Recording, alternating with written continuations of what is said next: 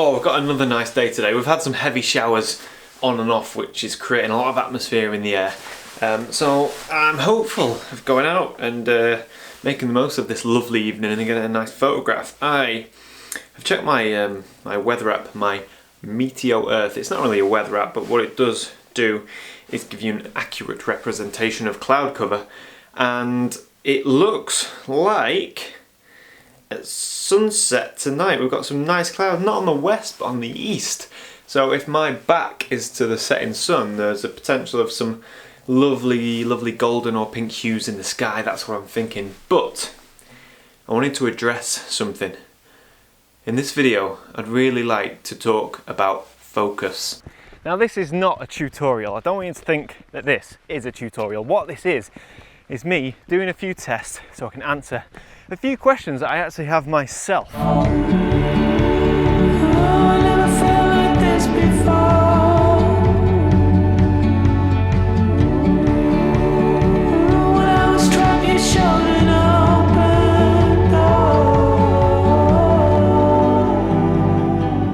that weather app was absolutely spot on. It's just like I imagined when I was looking at the screen of my iPhone. We've got dark cloud to the east, we've got dark skies above our head, yet to the west behind us we've got a band of clear skies, and it's that band, or that gap if you will, that's going to let the golden sunlight that comes towards the end of the day, it's going to let all of that sunlight flood through and hit the landscape in the direction that we're shooting. So absolutely magic. Really chuffed with that weather app. Always helps to know what the cloud's doing. Right, let's talk about focusing. That's why I'm here. That's what I'm here to test. What is the best technique to get sharp images front to back? Now, I'm not talking about when you have an obvious subject such as a tree. Focus on the tree. That's where you want the viewer's eye to go. That's what you want to be pin sharp. But what about when you need sharp focus from front to back, immediately in front of the lens, all the way miles in the distance? Now, I've always done one of two things. Either focus to infinity, and if I don't focus to infinity, I will focus stack. But I want to try something else. So it's not always about where you focus that determines whether or not you get a sharp image. It comes down to a lot of other factors such as your aperture, the quality of your lens, and little things like if you're shooting with a DSLR, either shoot on live view or use mirror lockup mode so that you don't get vibration from the shutter release. That doesn't apply to you if you are using a mirrorless camera. My camera has never ever had a strap on it, and that's because the strap can flap around in the wind, causing vibrations. Use a cable release. If you haven't got a cable release like I haven't today, use a 2-second timer. All of this contributes to getting a sharper image.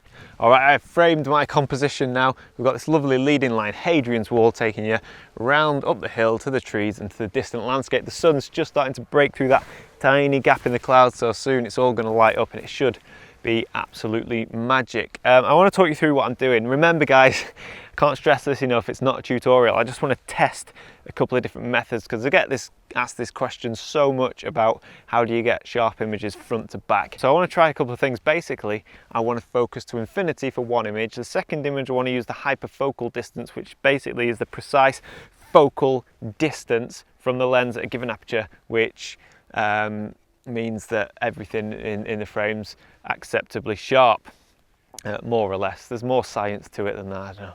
But you have to use a tape measure and you have to focus at a distance rather than on a specific object. The third method, which I'm really interested in trying, I saw a video by a couple of brothers. I'm so sorry, I can't remember their name, but this technique isn't mine. I'll link to their video here. But basically you can achieve your hyperfocal distance by using the depth of field preview on the front of your lens, and I really want to try that, and then take the 3 images back to the computer and see which is the sharpest. Right, the first technique I'm going to use is the hyperfocal distance using the tape measure. I've got an app on my phone, it's called Digital DOF, or Digital Depth of Field, and basically you put in your camera, so 35mm full frame, you put in your focal length, I'm going to go 24, then you put in your aperture f11.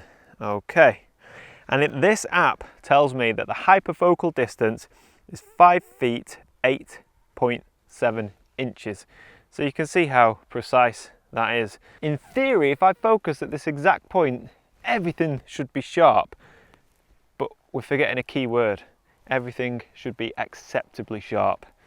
And I want to know, is it acceptable? I don't know. I don't think it will be, but let's give it a go. Let's crack on. 5 feet. 5 feet, 8.7 inches. I'm going to focus on the tip of the tape measure, guys. God, I can't. Can you imagine doing this? Can you imagine doing this on a windy day? I don't know. Of course, there are some lenses have markings on them, distance markings, but I find those rarely to be accurate. 5 feet, 8.7, that's here. Right, let's go. Can't get more accurate than this.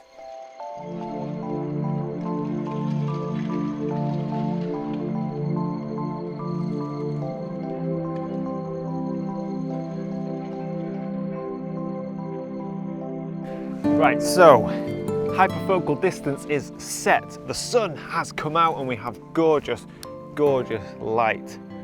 Okay, so let's have a look at this. So you can see the lights coming out behind me now. It's just absolutely stunning. 2-second timer.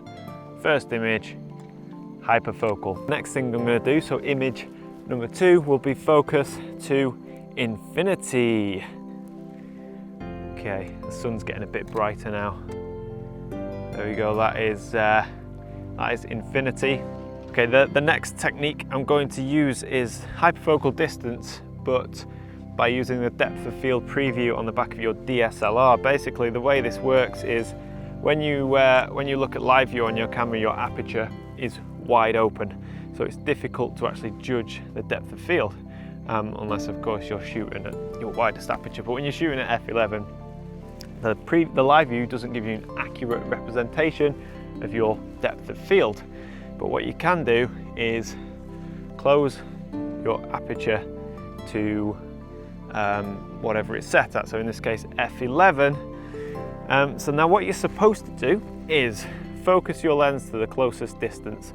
So basically focus it all the way to like 2 feet or something like that. And then you press your depth of field preview button, and then you focus and keep twisting your focus ring until infinity, or the subject that is furthest away, becomes sharp. Now don't get carried away, don't keep going until it's pin sharp. It's as soon as it becomes acceptably sharp. And there we go.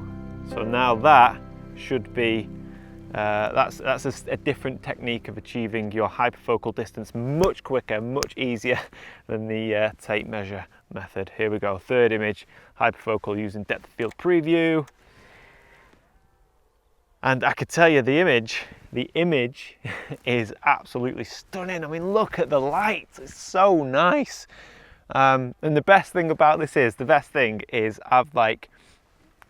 I've definitely got a shot here because I've done 3 different focusing techniques. So yeah, can't go wrong. So I've definitely got this one in the can.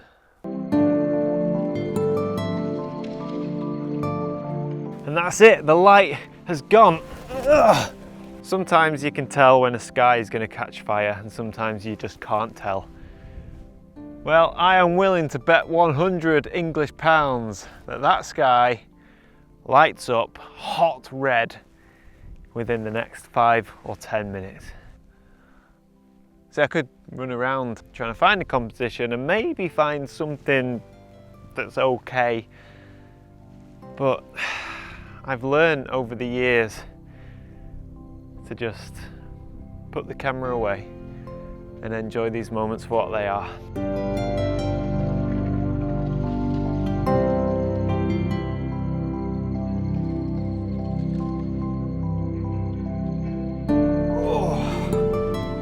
Okay, so I've got the images and I've edited them just the standard way in which I edit. A bit of contrast, highlights, shadows, a touch of sharpening, lens corrections, nothing crazy, and I've applied the same process into all 3 images, and I have them here in Photoshop. So the first image was hyperfocal distance with the tape measure, the second image was focus to infinity, and the third image was hyperfocal distance using the depth of field preview switch on the front of most DSLR cameras.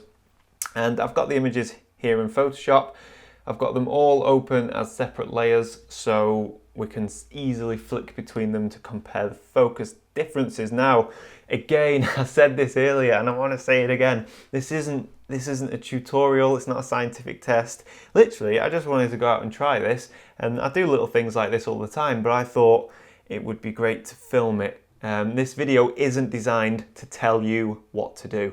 Okay, I did my little test here to make sure that I'm happy in my mind that I'm doing the right thing when I'm out and about on a shoot. And with your camera and your lens, I definitely recommend that you go out and do little tests like this with your own gear and just see which works best for you. Anyway, let's have a quick look at the results.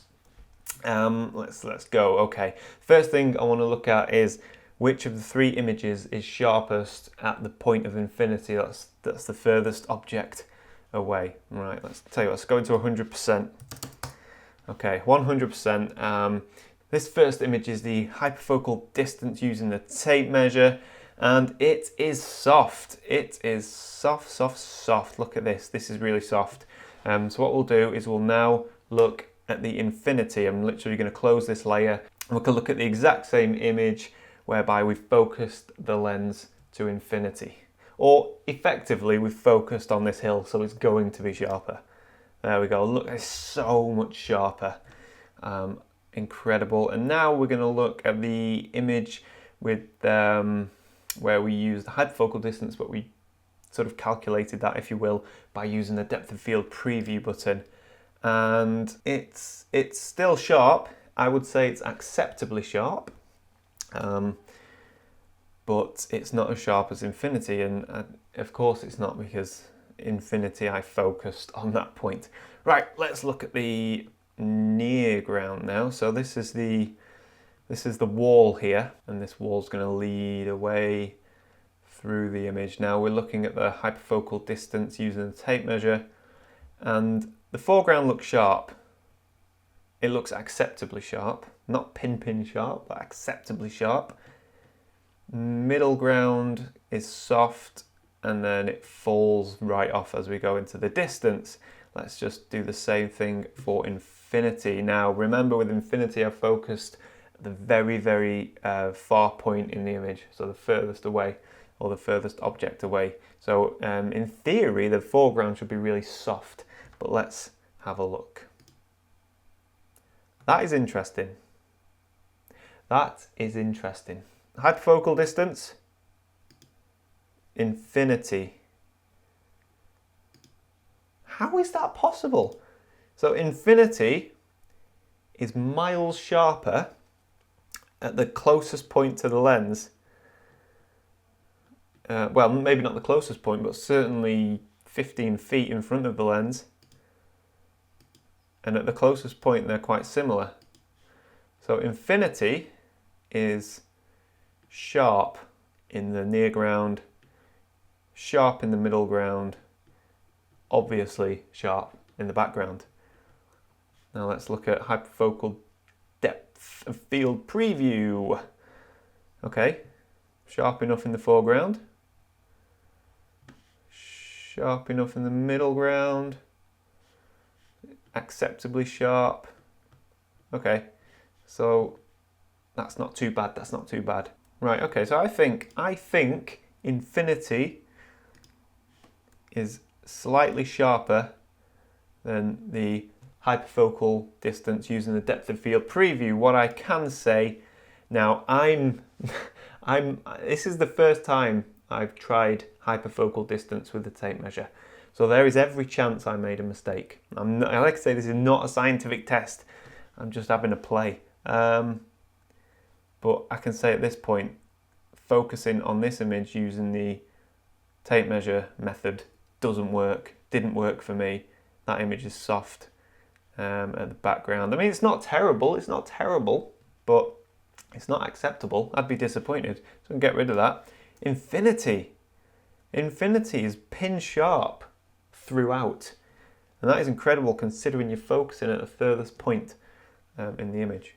Depth of field preview, also sharp. What can we conclude from this video?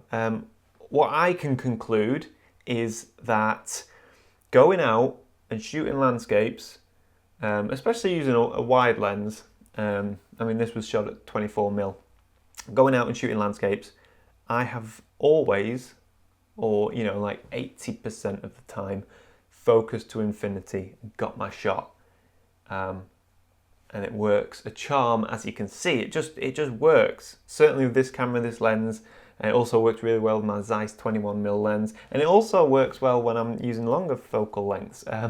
My 70-200, when I'm in the mountains, I always focus to infinity, and if I'm ever unsure, I focus stack. But infinity always seems to work, and I think this test has proved it for me. Go out, do your own test. If you have questions about where to focus, how to focus, what length, you know, what focal length, you have questions about composition, the best thing you can do is go out and just do little tests. Just have a play, just like I've done. I was questioning myself after having read a few articles on hyperfocal distance, and having seen that video by those two very talented brothers who tell you to get your hyperfocal using the depth of field preview. All of this raised questions in my mind saying, am I doing the right thing? Could I get sharper images? I probably need to do more tests with different scenarios. This is just one image. But what this does tell me is that in a lot of the situations, you know, focusing to infinity just absolutely works a charm. So I don't know what to say. I probably should do this test on a range of lenses, but I don't have a range of lenses. Some people own hundreds of lenses, I don't. So yeah, cool. Right, there you go. If you're unsure, go and do your own tests. If you want to take anything away from this video, take away that focusing to infinity is always a good bet. Remember, not a tutorial, just me having a play. All right, thanks for watching. Bye for now. So next week I am in Finland doing some photography and some filming, so I haven't got any material for next Wednesday. So I'm going to do a questions and answers. So if you want to ask me anything, make it interesting. It doesn't have to be about photography. Give me a juicy video. That you can go on Facebook and I'll put a post and you can comment in the post with a question, or you can leave a comment below. Any questions you've got at all, just do it and we'll do a Q&A for next week's video.